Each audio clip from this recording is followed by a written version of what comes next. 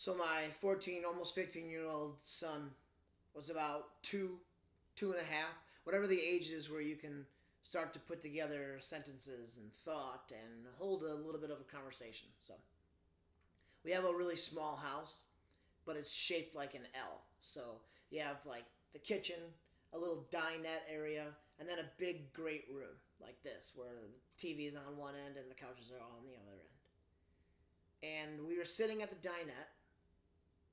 I was sitting in one of the side chairs. My wife was sitting across from me.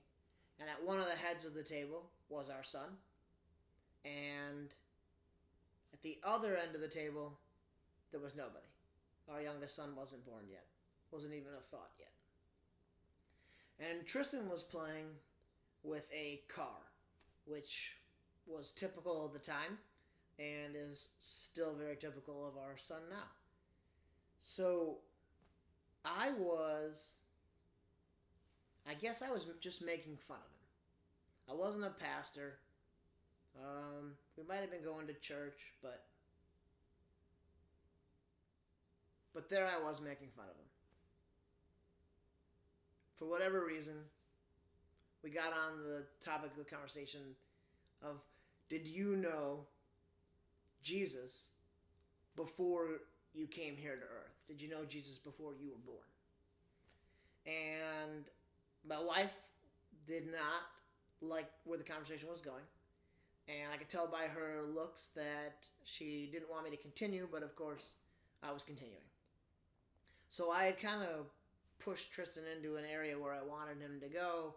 You know, he's easily manipulated, and he's just a child, so I can pretty much guess the answers he's going to say, because he's a kid, and I'm an adult, and that's how it works. So I had said to him, so yeah, you think you knew Jesus before you even came and came down to earth with mom and dad? And he said, yeah. And he was rolling his car on the table back and forth. And I said, well, what was he like? And Tristan said, he's nice. And I thought, oh, he's nice. That's great. I had heard a lot of things about him, but I'd never heard that he was nice. So I'm happy that you could tell me that. Yeah. And I keep pushing a little bit further, and my wife keeps giving me looks like quit kind of looks. So I said, so what did you guys do with you and nice Jesus before you were born? And Tristan said, we played. You played, I said. That's great.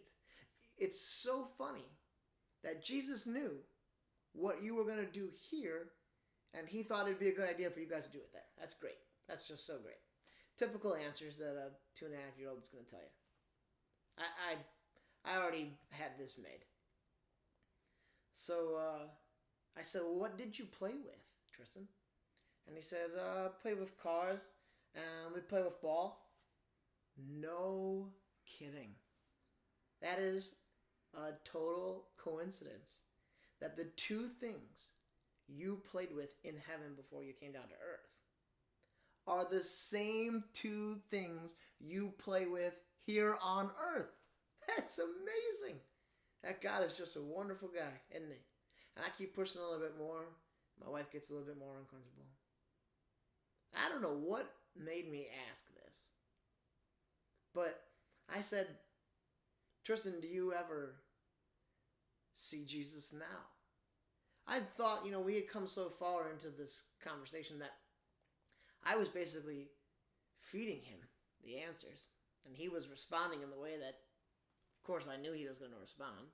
Typical 2.5-year-old, right? So maybe I can get some more lies out of him.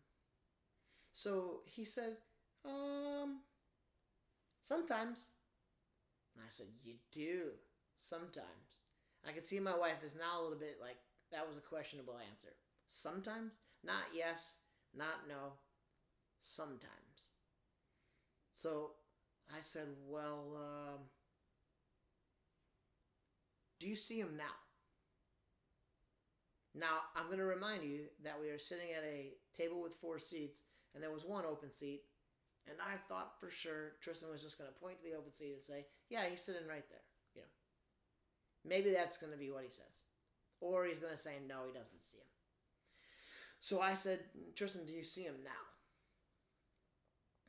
He stops rolling his car. I'll never forget. He looks up.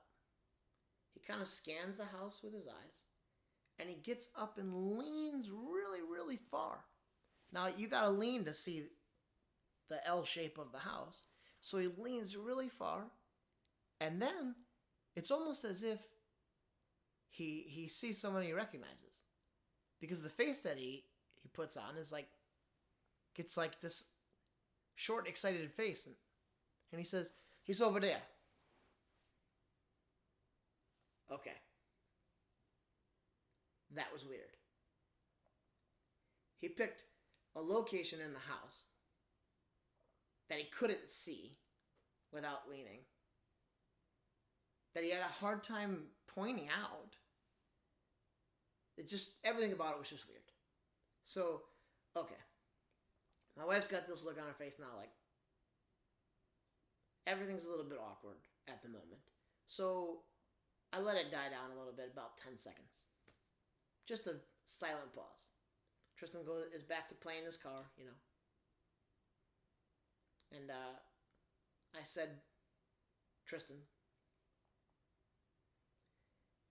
if Jesus is still there, what is he doing? You know, like, why is he in our house in the corner over by the TV? And he stops his car, he leans again, and he says, he's laughing at you. I was stunned, to say the least. My wife was white as a ghost. Her eyes are super wide, just staring at me. He's laughing at you. He's laughing at you. I know God. You know God.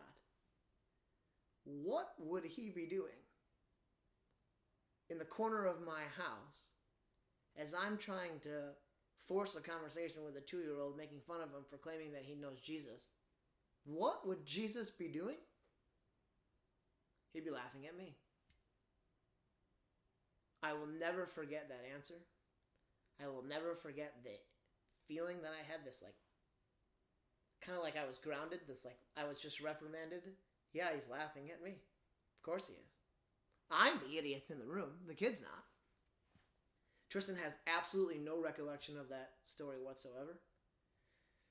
But it is a story that my wife and I will never, ever forget. Check you later. Hey, this channel is not for my glory or my popularity. It's for his glory. So if you like what you hear, the songs, the stories, the sermons, if you could please like it, subscribe, maybe share it, I'd appreciate it. Again, not for my glory, but the more people that hear the good news, the better.